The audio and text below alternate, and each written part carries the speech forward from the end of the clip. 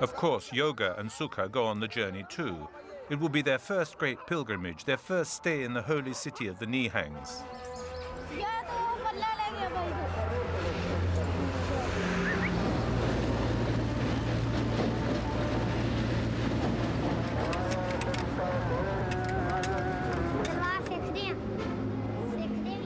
I look after the horses and continue to learn how to handle the weapons.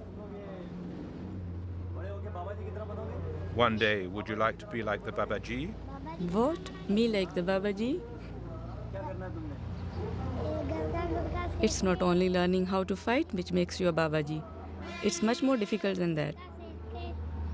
In spite of his youth, Yoga has already understood that to become a respected master, it is not enough to be a good swordsman.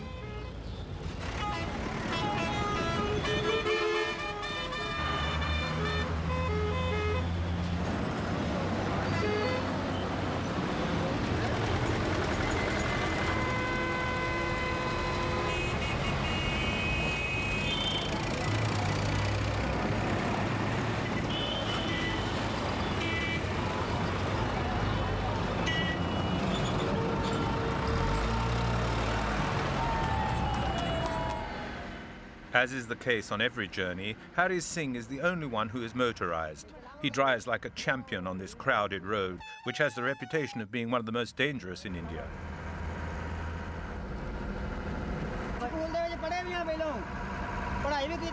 There isn't a job in the world I haven't done. I have driven many trucks. Today I'm driving this one, but tomorrow I could be driving God's if it were necessary.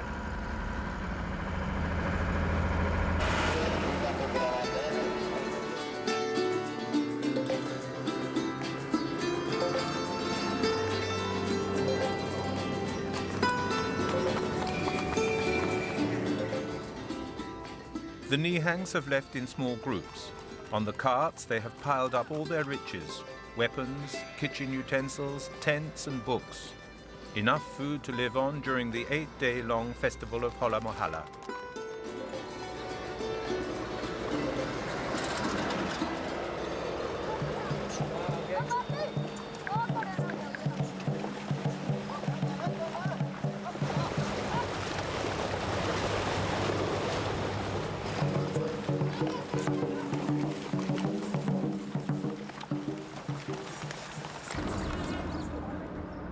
Only the Nihangs who are responsible for the standards and drums make the journey on horseback.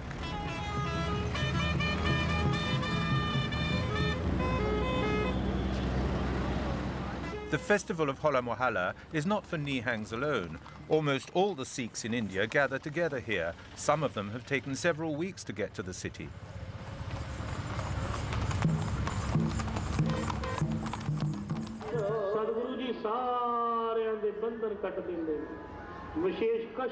Anandpur is one of the cities which is dearest to the hearts of Sikhs. This is where Govind Singh made his call to arms, and this is where he is buried in the white temple dominating the city.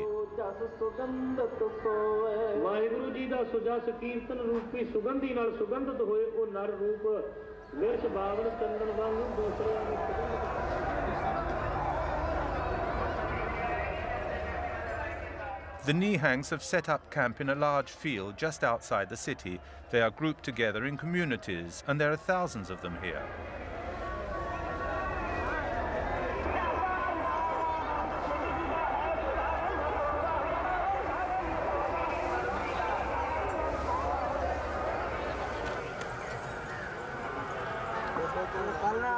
Whenever they travel, Yoga and Sukha share Hari Singh's tent. Today, tired out after their long journey, the children are excused training.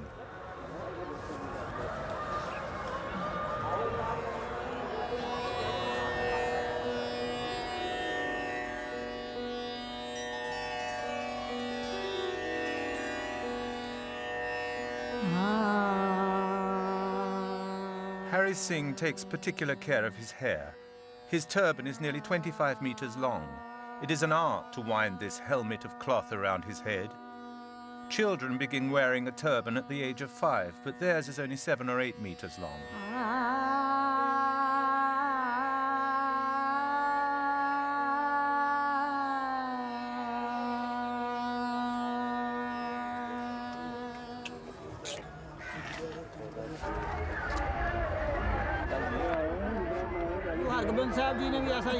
Our Guru Gobind Singh gave us these swords. In one hand, we hold this sword, and in the other, this necklace. This signifies that we try to give justice with love and in peace. But if our pleas are not heard, then it's war, and we destroy all those who are unjust. Hari Singh illustrates his words with gestures. The interpreter backs away, and this makes everyone laugh.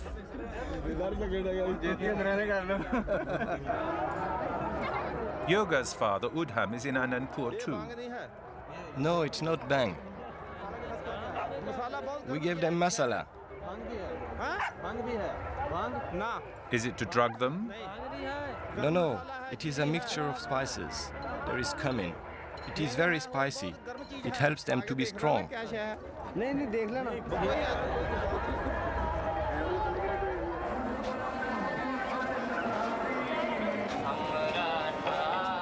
Normally, there are only about 5,000 inhabitants in Anandpur.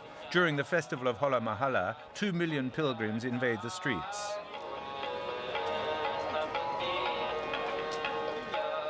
Although they've hardly recovered from the journey, the children accompany Hari Singh to the temple. There is no special time or day to pay homage to the memory of Govind Singh.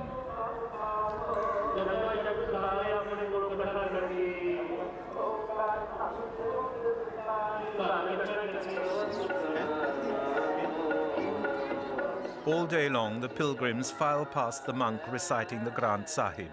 The holy book is read all through the festival, non-stop, day and night.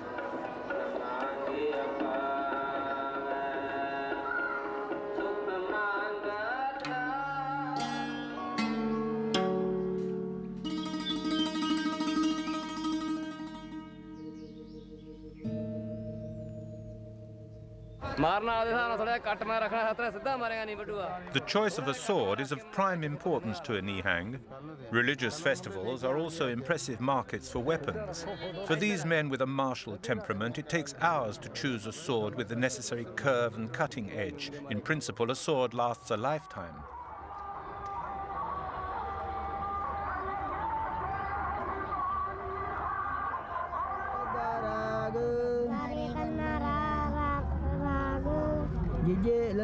Even during festivals, the education of the children is not neglected. The afternoon is devoted to study in Hari Singh's tent. The fencing master is competent not only with a sword, but also with multiplication tables. Don't they go to school here?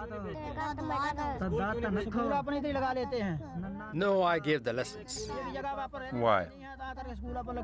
It's always like this when we are on the move. The teacher stays in the village. All our young warriors have been taught in this way. The children mustn't get behind with their lessons. Do you learn English? No, because the master does not know it. What do you learn then? Punjabi. Is he strict with you? From time to time.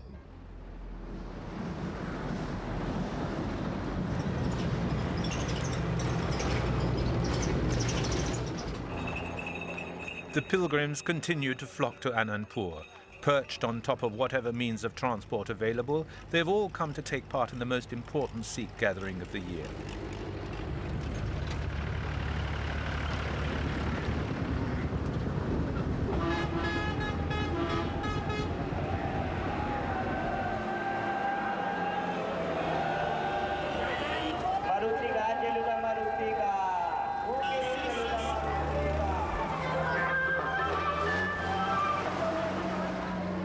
All religious festivals in India are a mixture of the sacred and the profane.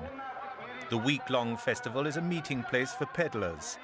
Everything can be found in their makeshift stalls, from stainless steel saucepans to religious images.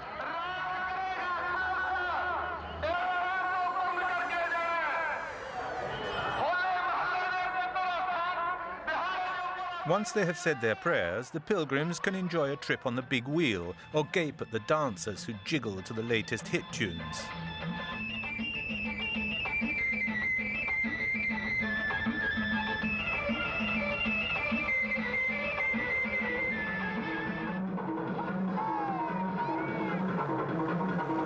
There is even a circus which has pitched its big top not far from the camp, but Yoga and Sukha are not allowed to go to the show. A young Nihang's only form of recreation is to learn how to handle weapons and horses. These children have no idea what toys are, and they feel no need for them. They are already so proud to belong to the elite of Sikh society.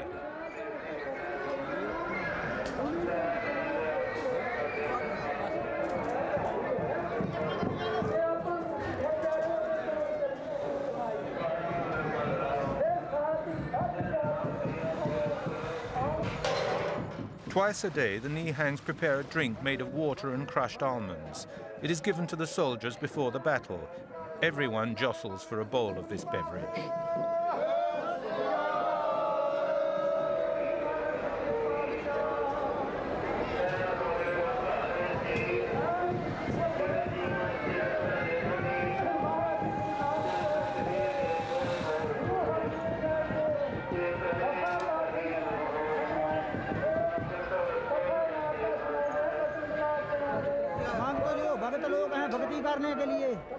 We have been preparing this drink for centuries. Only the Nihangs know how to prepare it. Is this what you call bang? No. Bhang is made with herbs. Bhang allows the spirit to be led towards God. It helps us to concentrate and to meditate. With Bhang, it is easy to guide your spirit towards God. There is a lot of bang eaten and drunk here. It is a mixture of spices and herbs with hallucinogenic qualities, a sort of hemp. It is also used in the pancakes which are sold at every street corner during the big festivals. Consumption of bang is reserved for adults and doesn't seem to affect their ability to fight.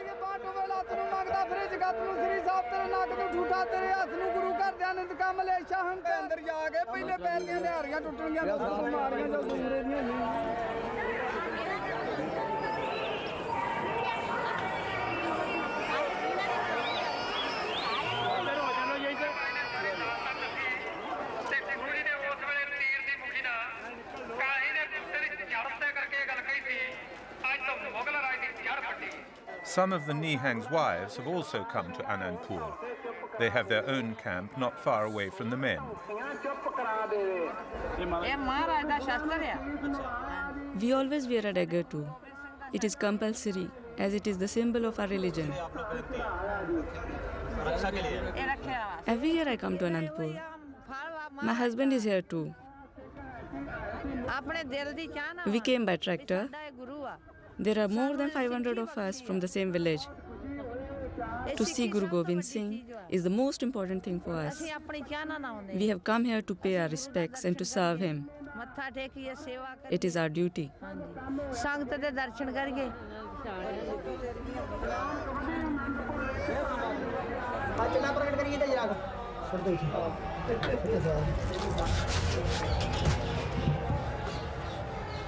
But the men do not leave it to the women to prepare the large communal meals.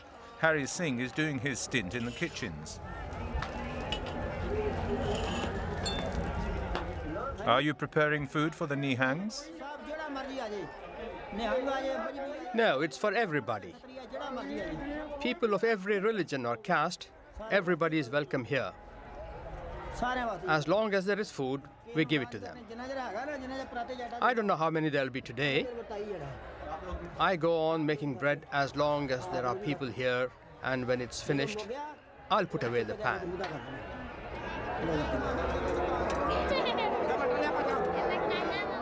Sikh hospitality is no vain boast. Today, thanks to them, more than 1,000 people will have eaten a hot meal.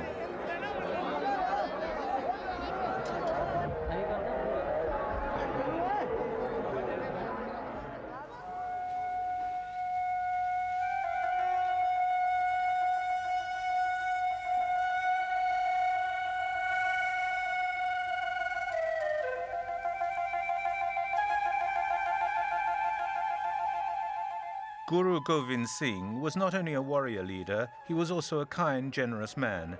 He taught the Nihangs to respect everyone, whatever his religion or his role in society. In this way, Sikhism is against the Hindu system of separation by caste. Respect for others is the guiding principle of these men.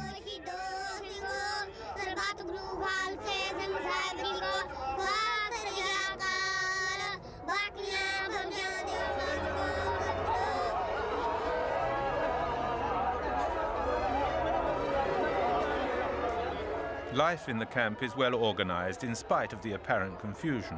The Nihangs divide their time between reading, prayers, and looking after their horses or themselves.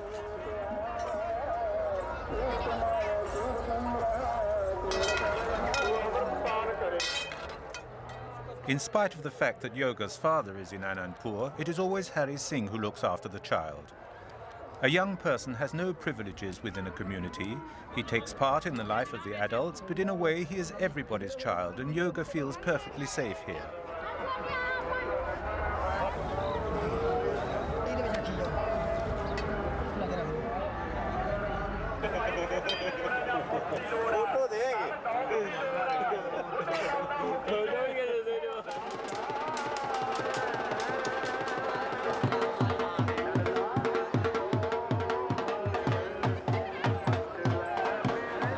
In Anandpur, the Nihangs are rather like the kings of the festival. They always have an audience. Night and day, the pilgrims stream to the temple. The merry-go-rounds and the sideshows are always full.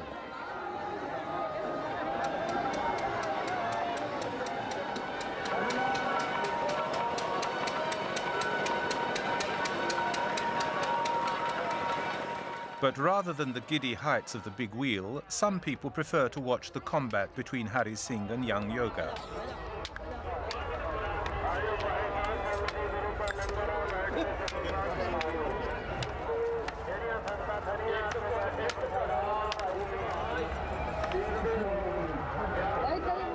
Since his arrival in Anandpur, Hari Singh has put on his yellow tunic. This is the colour of sacrifice. It is worn in memory of Guru Govind Singh, who, in this city, called upon the Nihangs to give up their lives to save their religion.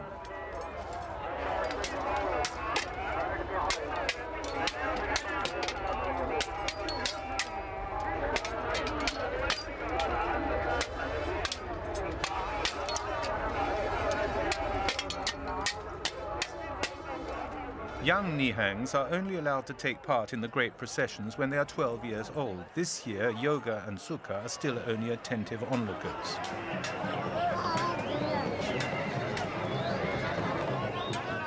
The final day of the festival of Hola, Mohalla is beginning. All the Nihangs parade down the main street of Anandpur. Each community is grouped behind its standard.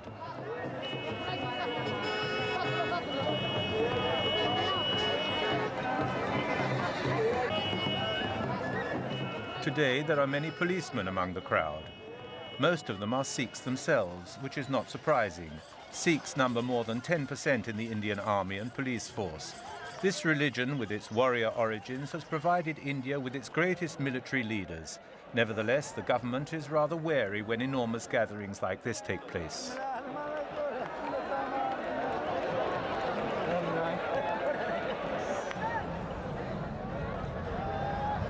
The great festival will last all day long on the banks of the river which flows through Anandpur. Exhibitions of skill and single combats are cheered and applauded by the public and the children.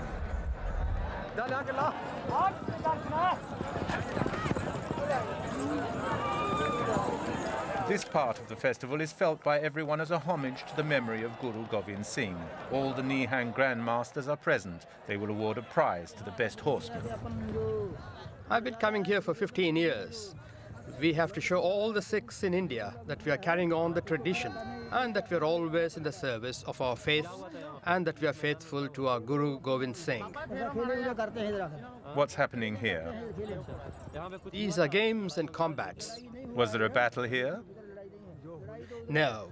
The Nihang army's first battle took place over there at the fort of Anandpur. That was 300 years ago.